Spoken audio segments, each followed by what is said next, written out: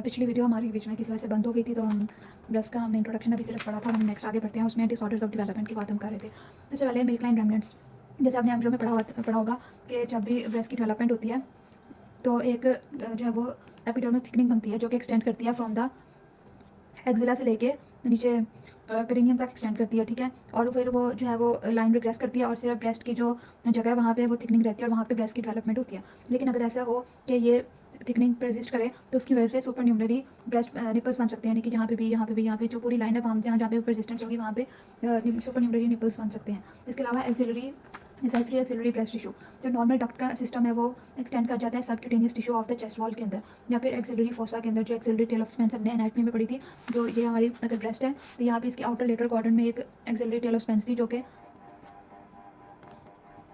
Axilla के अंदर जा रही होती थी। तो अगर हम जो ब्रेस्ट का डक्ट का सिस्टम है अगर उसके अंदर एक्सटेंड कर जाए तो उसको हम एक्सेसरी एक्सिलरी ब्रेस्ट टिश्यू कहते हैं। इसके अलावा कंजेंटल निपल इन्वर्जन है, जिसमें बताया गया कि जो अगर कंजेनिटल या निपल की इन्वर्जन है तो वो एक नॉर्मल चीज़ है, बाद में वो ठीक भी हो जाता है, लेकिन ये अगर एक्वायर्ड है तो वो एक खतरे की बात है। जो आपने सिर्फ इसको रीड कर लेना है। उसके बाद है क्लिनिकल प्रेजेंटेशन ऑफ ब्रेस्ट, जिसमें आपने पॉइंट्स याद रखने के जो भी कोई ब्रेस्ट की डिजीज़ है उसके अंदर हमें क्या फीचर्स मिल सकते हैं। सबसे पहले उसमें है पेन का दूसरा नाम है मेस्टेल्जिया या मेस्टोडाइनिया। पेन जो है वो दो तरह की हो सकती है, साइक्लिक या नॉन साइक्लिक। साइक्लिक पेन वो होती है जो प्री मेंस्ट्रुअल एडिमा की वजह से, यानी कि पीरियड्स आने से पहले जो ब्रेस्ट में थोड़ा बहुत एडिमा होता है उसकी वजह से जो पेन है उसको हम कहते हैं साइक्लिक। और नॉन साइक्लिक वो होती है जो कि लोकलाइज होती है और उसका कोई भी साइकिल से ताल्लुक नहीं होता। कोई सिस्ट आपकी रप्चर हो जाए, इंजरी हो जाए या फिर कोई इन्फेक्शन की वजह से हो तो उसको हम कहते हैं नॉन साइक्लिक पेन, ठीक है। और पेन का दूसरा नाम मेस्टेल्जिया या मेस्टोडाइनिया। नेक्स्ट है इन्फ्लेमेशन। इन्फ्लेमेशन की वजह से एरिथीमा या एडिमा हो सकता है और जो है वो लैक्टेशन या ब्रेस्ट फीडिंग के दौरान होता है। तो पेन हो गई, इन्फ्लेमेशन हो सकती है। इसके अलावा निपल डिस्चार्ज हो सकता है, ठीक है। निपल डिस्चार्ज जो है वो अगर ब्लडी या सीरियस हो तो वो इंडिकेट करेगा कि लार्ज डक्टा पेपिलोमा, लंप कोई फील हो सकता है, कोई पाल्पेबल मैस हो सकता है, ठीक है। तो आपने ना इसमें जो है वो इसके एक दफ़ा रीड कर लेना है और ये जो पॉइंट्स है इस तरह से लिख लेना है कि पेन, इन्फ्लेमेशन हो सकती है, निपल डिस्चार्ज हो सकता है, कोई लंप हो सकता है या पाल्पेबल मैस हो सकता है। तो ये हमारे पास क्लिनिकल प्रेजेंटेशन हो सकती हैं ब्रेस्ट की डिजीज़ की, ठीक है। तो इसमें नेम याद कर लें और इसको एक दफ़ा रीड कर लें। नेक्स्ट हमारे पास यहाँ पे जो बात लिखी हुई है एमसीक्यू उसके लिए इंपॉर्टेंट है, इसमें है कि जो 50% कार्सिनोमास होते हैं वो अपर आउटर क्वाड्रेंट में होते हैं। हमने पहले भी पढ़ा हुआ है कि ब्रेस्ट के जो है वो 4 क्वाड्रेंट होते हैं, ठीक है। तो ये अपर आउटर क्वाड्रेंट है, ये अपर इनर है, और बाकी तो 50% जो है वो अपर आउटर में होते हैं, बाकी 10% रिमेनिंग 3 क्वाड्रेंट्स में होते हैं। और जो 20% कार्सिनोमास है वो सेंटर में सवेरियोलर टिश्यू में हो सकते हैं, ठीक है। ये हो गया। उसके बाद है मैमोग्राफिक स्क्रीनिंग। मैमोग्राफिक स्क्रीनिंग के बारे में ये बात इंपॉर्टेंट है कि इसकी सेंसिटिविटी और स्पेसिफिसिटी इंक्रीज होती है एज के साथ। और जब मैमोग्राफी करवाते हैं उसमें हमें दो तरह की फाइंडिंग्स मिलती हैं, या डेंसिटीज हो सकती हैं या कैल्सिफिकेशन हो सकती हैं। और आपको पता है कि जो ब्रेस्ट है वो उसके अंदर काफ़ी ज़्यादा एडिपोज टिश्यू है। यहाँ पर अगर हम स्ट्रक्चर को देखें तो ये जितना भी येलो है ये एडिपोज टिश्यू दिखा रहा है। अगर ये जो एडिपोज टिश्यू है वो रेडियो डेंस टिश्यू के साथ रिप्लेस हो जाए तो हमें मैमोग्राफिक स्क्रीनिंग के ऊपर डेंसिटीज़ नजर आएंगी, ठीक है। इसके अलावा ये एमसीक्यू बन सकता है कि average size of invasive carcinoma detected by mammography is about 1 centimetre, ठीक है। उसके बाद है कैल्सिफिकेशंस हमें नजर आती हैं जब कोई सिक्रीशंस हो, कोई नेक्रोटिक डेब्रिस हो या हाइलिनाइज्ड ट्रॉमा हो तो उसमें हमें कैल्सिफिकेशंस नजर आएंगी मैमोग्राफी पे।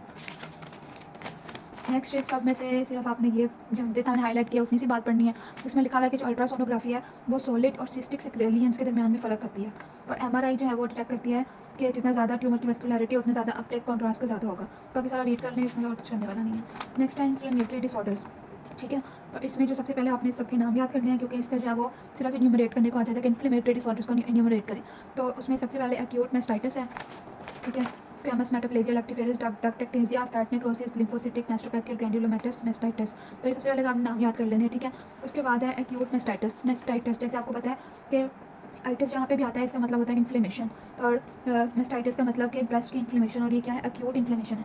ये ब्रेस्ट फीडिंग के दौरान हो सकती है। जब ब्रेस्ट फीडिंग करवाते हैं तो निपल के थ्रू इन्फेक्शन या बैक्टीरिया भी ब्रेस्ट में जा सकते हैं। उसमें सबसे ज़्यादा जो कॉमन है वो स्टेफिलोकोकस है या स्ट्रेप्टोकोकस है, ठीक है। वहाँ जाके वो जब इन्फेक्शन कॉज करेगा तो इन्फ्लेमेशन होगी ब्रेस्ट की। तो जो स्टेफिलोकोकस है वो एब्सेस फॉर्मेशन करवाते हैं और जो स्ट्रेप्टोकोकस है वो सेलुलाइटिस करवाता है। तो जब भी एक्यूट मेस्टाइटिस होगा तो इसका ट्रीटमेंट यह है कि एंटीबायोटिक्स ले लेनी है और मिल्क पिलाना बच्चे को रोकना नहीं है, वो कंटिन्यू रखना है, ठीक है। बस इसमें से इतनी सी बात करने वाली है। आगे जो स्क्वैमस मेटाप्लेजिया और लेक्टिफेरस डक्ट्स हैं ये इंपॉर्टेंट है। इसमें क्या होता है कि आपको पता है जो आपकी डक्ट्स हैं फीमेल में जो डक्ट्स हैं वो लाइन होती हैं बाय द क्यूबॉइडल एपिथेलियम। तो जो क्यूबॉइडल एपिथेलियम है तो वो रिप्लेस हो जाएगा स्ट्रैटिफाइड स्क्वैमस से या स्क्वैमस मेटाप्लेजिया हो जाए, यानी कि जो क्यूबॉइडल है वो कन्वर्ट हो जाए स्क्वैमस में। तो स्क्वैमस सेल्स हैं इसकी खास बात क्या है कि ये कैरेटिन सिक्रीशन करवाती हैं, ठीक है। तो क्या हुआ कि जो डक्ट्स हैं ये डक्ट्स फॉर एग्जांपल इसके अंदर जो क्यूबॉइडल एपिथेलियम थी तो रिप्लेस हो जाती है स्क्वैमस एपिथेलियम से, और जो स्क्वैमस एपिथेलियम है वो कैरेटिन सिक्रीट करती है, वो कैरेटिन के पल्स सिक्रीट करती है तो उससे क्या होता है कि जो डक्ट्स हैं वो फिल हो जाती हैं, तो फिल होती हैं उसके बाद वो रप्चर हो जाती हैं। जब रप्चर होती है तो केराटिन के जो पर्ल्स हैं वो सराउंडिंग स्ट्रोमा में जाते हैं और स्ट्रोमा के अंदर फिर इन्फ्लेमेशन होती है और जहाँ भी इन्फ्लेमेशन होती है वहाँ पे देन फाइब्रोसिस होती है। सो ये है स्क्वेमस मेटाप्लेजिया लेप्टिफेरस डक्ट का। सबसे पहले बात ये कि इसके कुछ अदर नेम्स भी होते हैं, तो आपने याद रखने क्योंकि वो बाकी नेम से भी इसका क्वेश्चन आ सकता है। सबसे पहले है रिकरेंट सबएरियोलर एब्सेस पेरिडक्टल मेस्टाइटिस, तो इसको जस्कास डिजीज़ भी कहते हैं। तो इसमें क्या होता है कि 3 बातें इसमें इंपॉर्टेंट है कि एक तो केराटिन पल्स वाली, इसमें फिस्टुला बन सकता है और इसमें निपल इन्वर्जन होती है। अब इसमें केराटिनाइजिंग स्क्वेमस मेटाप्लेजिया होता है, जो केराटिन डक्ट है वो केराटिन से वो डक्ट को फिल करते हैं, डक्ट रप्चर होती है, सराउंडिंग के अंदर इन्फ्लेमेशन होती है और जहाँ पे इन्फ्लेमेशन है वहाँ पे फाइब्रोसिस हो जाती है। तो इसकी डायग्राम बनाई हुई है, इसको अगर आप देखें तो ये केराटिन प्लग है जिसने ये यहाँ पे नॉर्मल डक्ट है, ठीक है, ये क्यूबर्टल एपिथेलियम है। जब भी कन्वर्ट हुआ स्ट्रेटिफाइड में तो केराटिन ने इस जगह को फिल कर दिया और ये डक्ट बंद हो गई, ठीक है। और ये फिस्टुला बना हुआ है जो कि एच ऑफ एरियोला पे ओपन हो रहा है, ठीक है। तो ये है स्क्वेमस मेटाप्लेजिया।